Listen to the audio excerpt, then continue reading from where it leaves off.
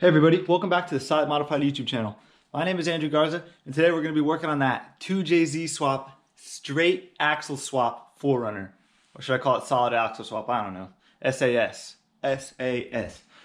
So today what we're going to be doing, we're going to be making some motor mounts. Now, I got some motor mounts. They are not for a 2JZ swap 4runner, but I think they're for like a 2JZ swap Toyota pickup. They're not going to work for my vehicle, but we bought them anyways because I bought them secondhand. They were cheap, and we're gonna see if we can make them fit on the 4runner. I got some ideas up my sleeve. Let's get out there.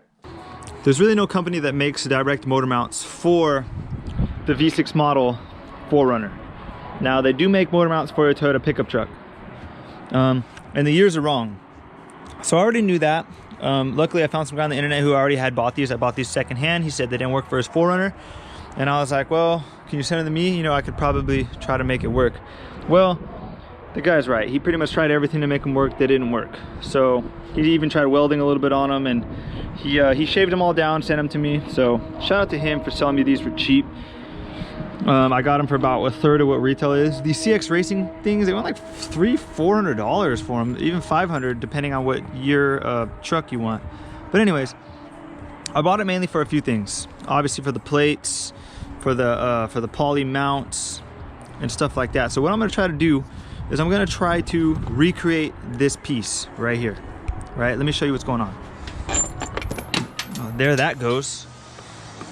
All right, so all the distances are correct. This one looks a little weird because they had to do some weird shit. I don't know.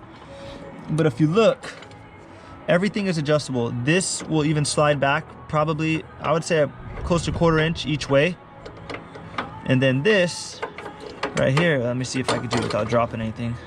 And then this slides a little bit too, and then you could slide this up and down. So, and then this is slotted as well. So there's a lot of adjustment in these. But it looks like the way they made these, everything like front to back is gonna line up. It's just in to out.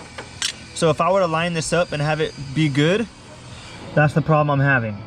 So what I'm gonna try to do is I'm gonna try to recreate these and see how they weld them on perpendicular to the bottom plate. I'm gonna have to do at a little bit of an angle, which is not a big deal. Now this is stainless steel.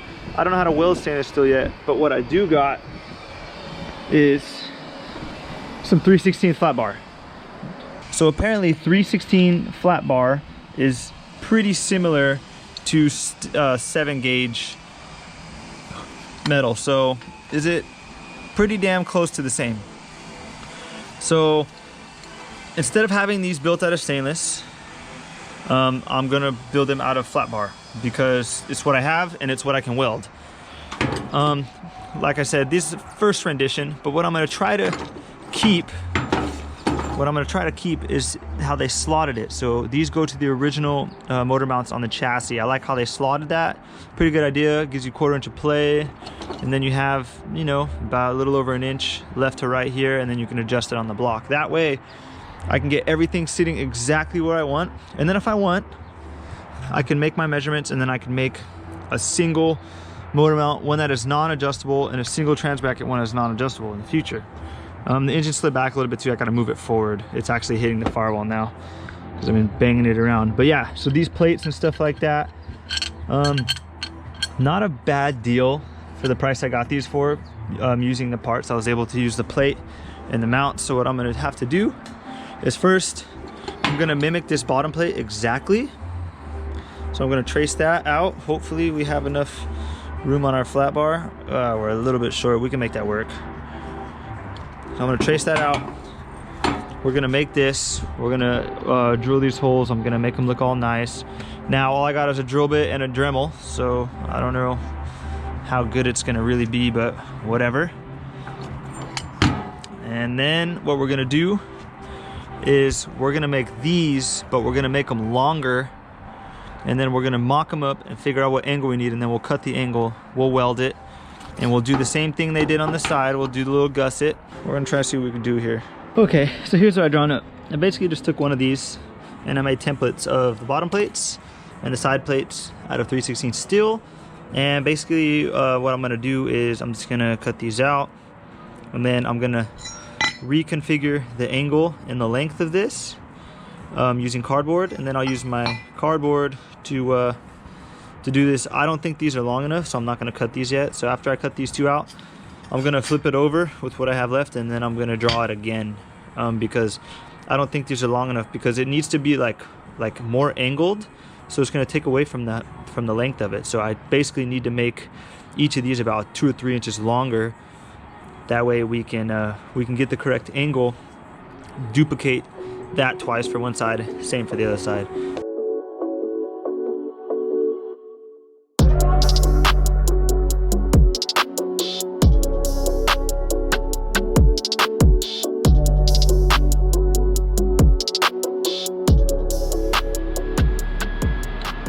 I'm no fab guy. This shit's kind of hard. Not like hard as in hard work. Hard as in like tedious, time consuming. You know, everything's got to be on point. But luckily I watched enough YouTube to where this is pretty straightforward to me. Shout out Taylor Ray.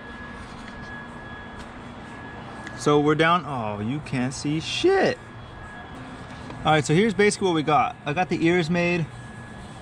I gotta basically center them out on the plate. And what I'm gonna do is tack it. That way everything's perfect, and then I'll pull everything out and then I'll fully weld it. So I just have to make sure these ears are somewhat straight. I tried to center everything, like this, everything that's slotted. That way if I wanted to move it forward an inch, I could. If I wanted to move it back an inch, I could. So that's pretty cool how that worked out. So we're gonna go ahead and tack this, and then we're gonna pull it out. And then it's getting pretty late. I don't know if I'm gonna start the other side yet, but at least once we get this side in, we can re-level the motor and everything like that, and then we can get the other side perfect, and then we can make the other side, and hopefully everything's gonna be a-okay. Now, I'm not gonna lie, this whole process, centering the motor, doing all that, took me like almost all day. But I started at 12, so we're looking at like 7 hours. But I've never done this before. Every motor mount I've ever bought was like a bolt-on deal. So we're stepping it up every build, and I don't mean by like we're making our shit like top tier, but we're learning new things and basically just JZ swapping the world, basically. Whew. Another day working on the 4runner. We just get a little bit done every day. So we've been working on the motor mounts, and I'm not gonna lie, I got some work done. So we pretty much got the motor mounts all kind of finished up. So I've been kind of thinking about how I should do these, and I went ahead and just got in there, got it done. This side's a little bit more centered, and then I kind of put that gusset right there. If I could do it again, what I would do is I would at least put something as wide as the bushing in here. That way the ears wouldn't shrink, because they shrunk and I had to stretch the ears out to get them to fit again. But no big deal. This one's ready to go. It's just kind of mocked up a little bit, but the engine is sitting on its own weight, freaking sturdy as heck.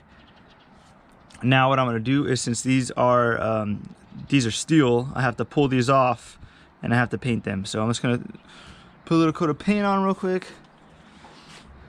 Regarding our room here, it looks like we're gonna have room for a radiator. I don't know about a fan, but we'll definitely have room for a radiator.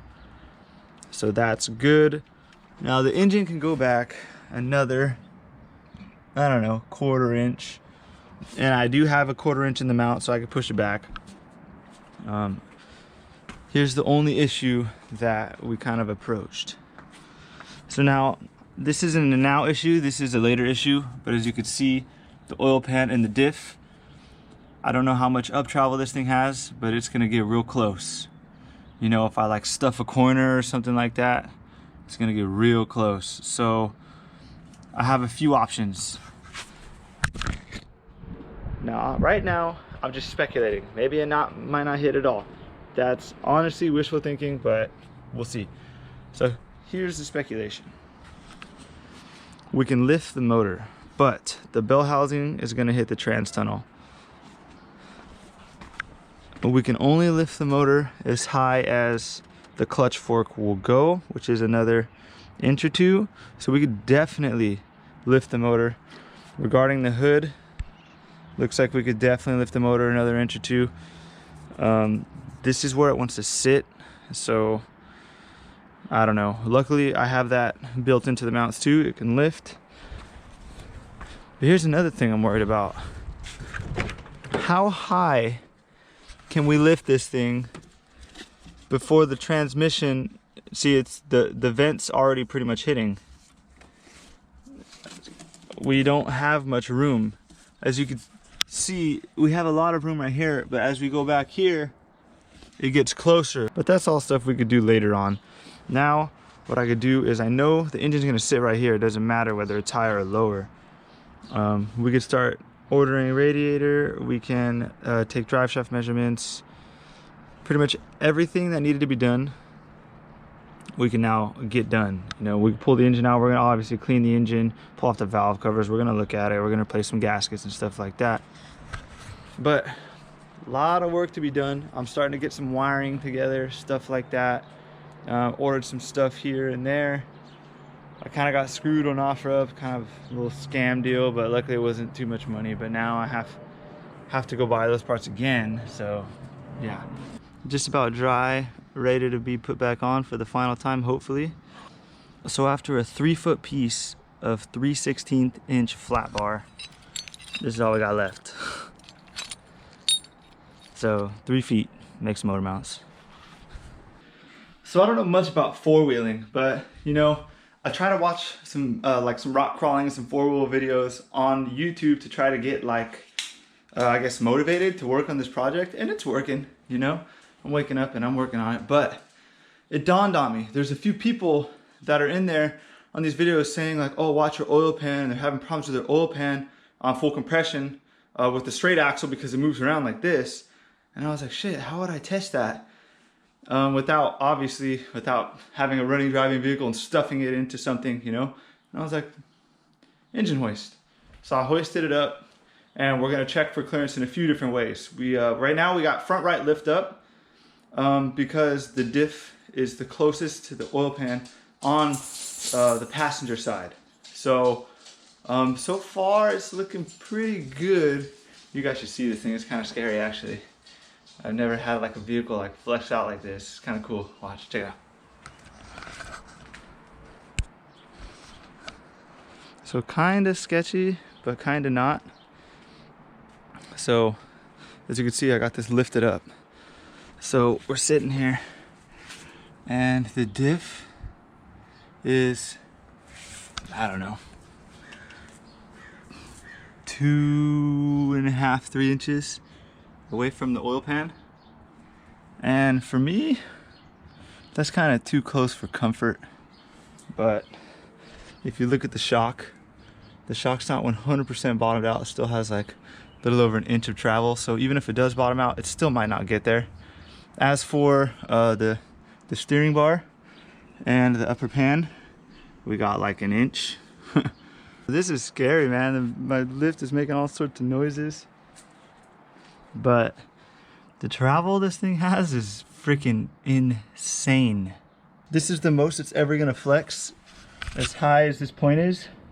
And it looks like we still got over 1/2 inch of clearance on the frame. So that's pretty good. We're bottomed out. I was trying to do that, lifting up front right, but I just couldn't do it. So we're bottomed out on the shock. And check this out. So we got pan clearance, you know, 2 fingers maybe. But look at this. It's not hitting, but that's got to be 1/8 of an inch. That is too close for comfort. It's not going to go any further, but if it bottoms out hard and it flexes, and for some reason the pinion angle changes or something like that, under extreme load, it will hit that oil pan. And I'm not down for that. I'm not down for that. So we're gonna raise the engine. We were thinking about doing it anyways, but now at least we know kind of where we're at with the oil pan and where we're at with the steering bar. But damn, man, this thing is flexed out. I think the rear, the front has so much travel that the rear can go up freaking That's gotta be well over 2 feet. Well guys, that just about wraps it up for this video. We got a lot done. You know, we made the motor mounts, got the engine all pretty much balanced and stuff like that. Regarding the clearance issue, we can always just add bump stops. The 4runner doesn't have any bump stops up front or in the rear, so we can add bump stops. That way we don't ever run into an issue. But I just wanted to make sure that everything is going to be clear. We can add bump stops in the future. Right now, not worried about it. You know, once we get it running and driving, we can do some testing and stuff like that. But for now, we're gonna call the motor mounts done. So I want to thank you guys for watching. This is 4runner from Solid Modified. I'm out.